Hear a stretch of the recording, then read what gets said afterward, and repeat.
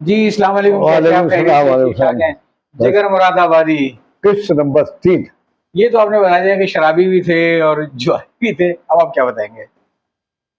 شرابی تو بہت شدید تھے، جی جی اور جیسے کہا ہے کہ جواری ایسے نہیں، تفریح تباہ کے لیے دو دو چار جگہ اس میں شرارتیں کرتے رہتے تھے، کسی کے پتے بدل لیے، کسی کے دو چار آنے مار لیے، یہ سب تھا۔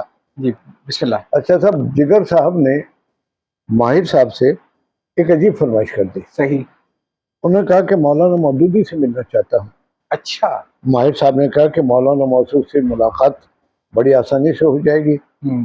ٹیلی فون کر کے ان سے وقت لے لیا، دن اور وقت مقرر ہوا، جگر صاحب ماہر صاحب کی میت میں مولانا کی قیامگاہ پہنچے۔ آدھ گھنٹہ ملاقات رہی، چائے کا دور بھی چلا۔ جگر صاحب مولانا کی متانت اور سنجیدگی اور عالمانہ وقار سے متاثر ہوئے۔ مسلم یونیورسٹی سے جگر صاحب کو ڈاکٹری کی ڈگری کا اعزاز ملا۔ اعزازی ڈگری ملتی ہے نا، جی جی بالکل۔ آج کل تو ایرو غیرو نتھو خیرو کو مل رہی ہے۔ جی ہمارے رحمان ملک کو بھی دے دی تھی کراچی یونیورسٹی میں۔ اس سے زیادہ گھٹیا آدمی کو کبھی نہیں ملی ہوگی۔ یہ خبر اخبار میں چھپی تو ماہر القادری نے ان کو خط لکھا کہ اس خبر سے بہت خوشی ہوئی، لیکن میں آپ کو ڈاکٹر جگر لکھ کر کے اپنی بدمزاجی کا ثبوت نہیں دوں گا۔ ڈاکٹر جگر لکھا۔ مالک رام بھی ایک مصنف تھے، جی بڑے مصنف تھے۔ وہ لکھتے ہیں کہ جگر صاحب کے دوستوں میں محمود اور جلیل قدوائی نہ ہوتے تو غالباً ان کا کلام کبھی شائع نہیں ہو سکتا تھا۔ اچھا۔ اور جو ہوتا بھی تو اتنی ضخامت نہیں ہوتی۔ جگر جس طرح کے لا والی اور بے پرواہ شخص تھے، وہ کسی سے پوشیدہ مخفی نہیں ہے۔ انہوں نے کبھی باقاعدگی سے اپنا کلام جمع نہیں کیا۔ وہ تو خوش قسمتی سے ان دونوں صاحبان نے شروع سے حفاظت کا اہتمام کیا، ورنہ خدا معلوم کس قدر ضائع ہو چکا ہوتا۔ اور جیسا کہ ان کے مجموعے شعلہ طور کے دیباچے میں جگر صاحب نے اعتراف کیا کہ انہی دونوں کی بیاضوں سے یہ دیوان مرتب ہوا ہے۔ وہ زمانے میں پیتے تھے اور بے حساب اور ستم بالائے ستم، اس کا کوئی وقت مقرر نہیں تھا۔ جگر صاحب کا خیال تھا کہ جب مل گئی اور دوسرے کے جتنی چاہے پی لی، پھر اس بات کا بھی خیال نہیں تھا کہ کس قسم کی ہے، اچھی ہو بری ہو، بس شراب ہو۔ وہ تو خدا نے اپنے فضل و کرم سے انہیں توبہ کی توفیق دے دی کہ انہوں نے اسے ترک کر دیا، ورنہ جو حشر ان کا ہوا ہوتا ظاہر ہے۔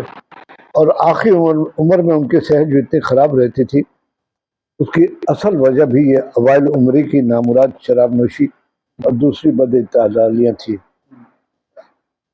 بہرحال واہی تواہی بکنا یا گالی دینا ان کا شعار نہیں رہا۔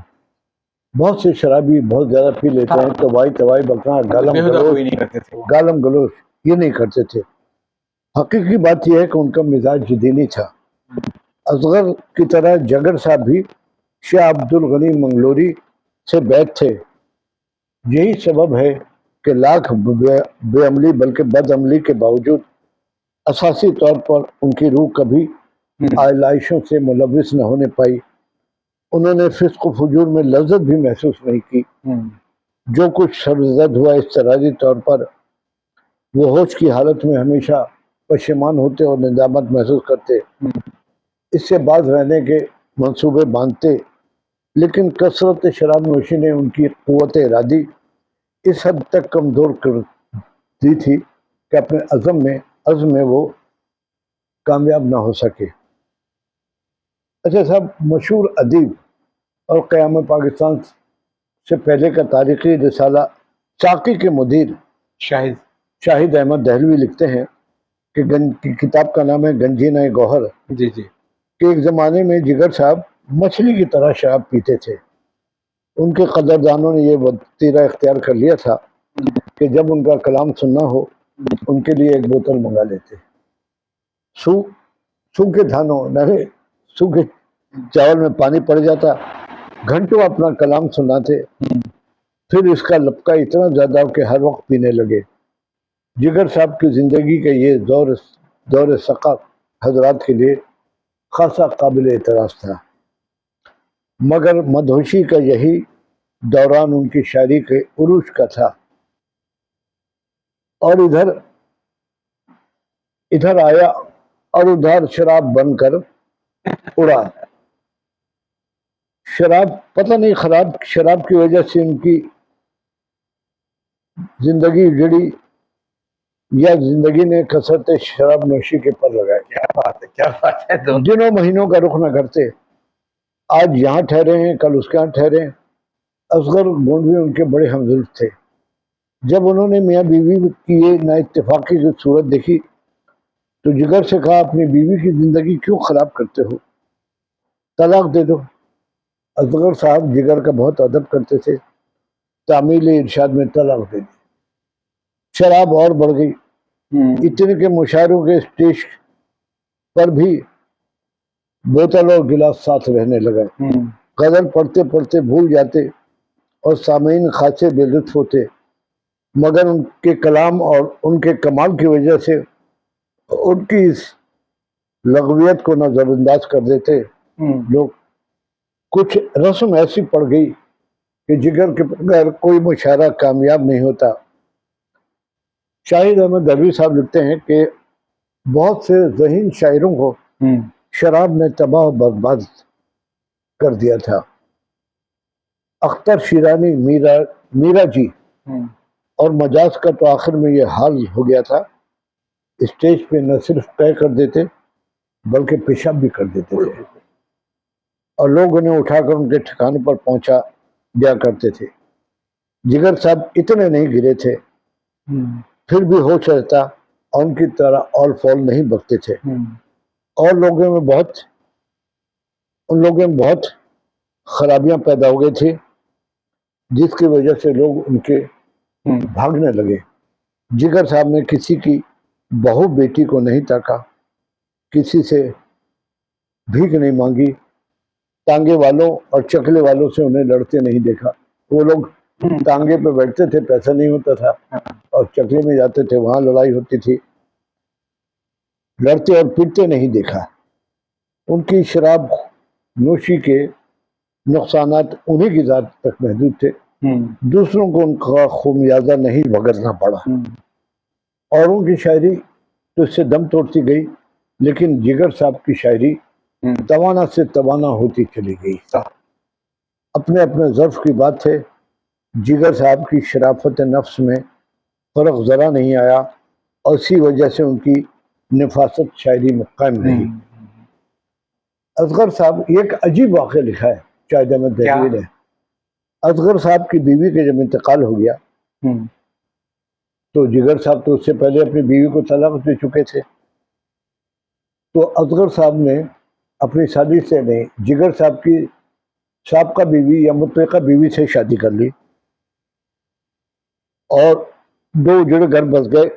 جگر صاحب نے اس رشتے پر برہمی کا مطلق اظہار نہیں کیا، بلکہ اصغر صاحب سے ان کی محبت اور عقیدت بڑھ گئی۔ یار لوگوں نے افسانے تراش لیے، مگر حقیقت یہ ہے کہ جگر صاحب نے اصغر صاحب کی بیوی جو ان کی سابقہ اہلیہ تھی کی عزت و تکریم بھی شروع کر دی۔ ناپسندیدہ بیوی اب ان کے لیے ایک لائق احترام خاتون بن گئی۔ اسی سے اندازہ لگا لیجئے کہ جگر صاحب حفظ مراتب کا کس قدر خیال رکھتے تھے۔ کچھ عرصے بعد جگر صاحب کا انتقال ہو گیا، نہیں اصغر صاحب کا انتقال ہو گیا۔ جگر صاحب کو بہت رنج پہنچا۔ ان کی زندگی میں ایک زبردست انقلابی نقطہ تھا یہ۔ سنا تھا کہ جگر صاحب بہت بیمار ہیں، اتنے کے مشاعروں میں شرکت کے قابل نہیں ہیں۔ ان کی بیماری تھی ترک شراب۔ سنا ہے کہ شراب منہ کو لگ جائے تو چھوٹتی نہیں ہے، وہ کہا ہے نا، چھٹتی نہیں ہے کافر یہ منہ سے لگی ہوئی، چھٹتی نہیں ہے منہ سے، یہ میرے خیال ذوق کا مصرع ہے، چھٹتی نہیں ہے منہ سے یہ قاصد لگی ہوئی۔ مگر جگر صاحب نے یخلق چھوڑ دی، ان کے دل کی حالت بگڑ گئی۔ طبیبوں نے کہا کہ رفتہ رفتہ کم کر کے چھوڑو ورنہ مر جاؤ گے۔ جگر صاحب بڑے مضبوط کردار کے آدمی تھے. انہوں نے کہا جب چھوڑنی ہی ٹھہری تو بس چھوڑ دی, تو چھوڑ دی. اب جان جائے یا رہے. صحیح. اس کا رد عمل اتنا شدید ہوا کہ جان کے لالے پڑ گئے. جگر صاحب نے اپنے آپ کو اتنا سخت آزمائش میں کیوں ڈالا؟ یہ بھی محبت کی کار فرمائی تھی. اصغر صاحب کے انتقال کے بعد جگر صاحب کو اپنی وہ بیوہ اور سابقہ بیوی سے محبت ہو گئی. عدت پوری ہونے کے بعد حرف مطلب زبان پر لائے تو محترمہ نے فرمایا شراب چھوڑ دو. اچھا. دوبارہ شادی کرنے کے لیے بولا شراب چھوڑ دو. اس اللہ کے بندے نے یکا یک شراب چھوڑ دی. بڑی بری حالتیں ہوئی مگر نیت نیک تھی. ساحل مراد پر زندہ پہنچ گئے. انہوں نے اپنا وعدہ پورا کیا اور شادی کے بعد جگر صاحب کی ایک نئی زندگی کا آغاز ہوا. جی. رندی اور سرمستی ختم رخصت ہو چکی تھی. اب وہ ایک زاہد خشک بن چکے تھے مگر اس زیب اتقا میں ان کا دل مرنے نہیں پایا تھا. طبیعت کی مستقل خرابی کے باوجود خوب ہنستے بولتے تھے. گھنٹوں برج کھیلا کرتے تھے. وہی تاش. صحیح. وہ ختم ہوئی, شراب ختم ہوئی تو تاش. مشاعرے اور ادبی محفلوں میں اور دوستوں کے آئے جایا کرتے تھے. اتفاق اخلاق اور بھی نکھر گیا تھا. کھانا وہ پہلے بھی کم کھاتے تھے, اب تو تولوں اور ماشوں پر آ گیا تھا. اچھا. بھائی آج کے نوجوان تولے اور ماشے تو نہیں جانتے تھے. ایک زمانے میں سیر ہوتا تھا, گرام ملی گرام. سیر ہوتا, اب تو گرام ملی گرام ہوتا ہے. اس زمانے میں سیر ہوتا تھا, پاؤ ہوتا تھا, چھٹاک سے چھوٹا تولا, تولے سے چھوٹا ماشا, اور ماشے سے چھوٹا رتی. یہ سب ہوتے تھے. یہ سب طاقت نشہ ہو گئے ہیں. حقیقت مطلب ہندوستان اور پاکستان میں برابر یکساں عزت کی نگاہ سے دیکھے جاتے. اب جو بیوی ان کی زندگی میں دوبارہ داخل ہوئی وہ بڑی سلیقہ مند تھی. چند سال کے پھر میں مشاعروں کے روپے سے سنا انہوں نے جگر صاحب کو صاحب جائیداد بنا دیا. اچھا. دیکھیے یہ طویل اقتباس شاہد احمد دہلوی کی کتاب سے لیا گیا ہے. ماہر صاحب لکھتے ہیں کہ جگر صاحب کراچی آئے تو ماہر صاحب کے ہاں ان کی دعوت ہوئی. اعزاز میں دعوت کی. بے تکلف احباب کا جمگھٹا تھا. انہوں نے اپنی تازہ غزل سنائی جس کا مطلب ہے آدمی آدمی سے ملتا ہے, آدمی آدمی سے ملتا ہے, دل مگر کم کسی سے ملتا ہے. مگر کم کسی سے ملتا ہے. جب وہ غزل پڑھ چکے تو ماہر القاضی نے کہا اس غزل کا ایک شعر تو چھوٹ گیا. اور ماہر صاحب نے فی البدی شعر پڑھا جو جگر سے کبھی نہیں ملتا ماہر القاضی سے ملتا ہے. اس پر بڑا قہقہا پڑا اور جگر صاحب نے خاص لطف لیا. اب آگے کی کہانی سنیے. دوسرے دن صبح ان سے ملنے کے لیے گیا تو بٹوے سے 50 روپے نکالے اور مجھے دینے لگے. میں نے پوچھا یہ کیا ہے؟ انہوں نے کہا تمہارے رسالے فاران کا چندہ ہے. صحیح. ماہر صاحب سمجھ گئے کہ رات کو جو ان کی بڑی دعوت تھی جس میں کئی لوگ تھے اس کے مصارف کا بار ہلکا کرنے کے لیے مہربانی فرمائی جا رہی ہے. انہوں نے تند لہجے میں کہا یہ نوازشیں آپ دوسروں پر ہی کیا کیجیے, میرے اور آپ کے درمیان ایسی باتوں کا ذکر تک نہیں آنا چاہیے. ان نوٹوں کو آپ اپنے بٹوے میں رہنے دیے. انہوں نے نوٹ تو بٹوے میں رکھ لیے مگر کچھ شرما گئے. ہونٹوں پر مزمحل سی مسکراہٹ اور تیور پر شکن بھی تھی. ظاہر ہے. مالک رام ان کے آخری دنوں کا ذکر کرتے ہیں. مارچ 1958 میں پہلی مرتبہ دل کا دورہ پڑا. اس حملے سے وہ جانبر تو ہو گئے, بچ گئے, لیکن اس کے بعد ان کا کہیں آنا جانا قطعاً بند ہو گیا. تھوڑے وقفے سے یہ دورے پڑنے لگے اور وقت یہ 2 جملے تو ماہر قادر یہ مالک رام کے تھے. ہم نے اس میں ایک شعر بڑھا دیا کہ الٹی پڑ گئی سب تدبیریں کچھ دوا نے کام کیا, دیکھا اس بیماری دل نے کام تمام کیا.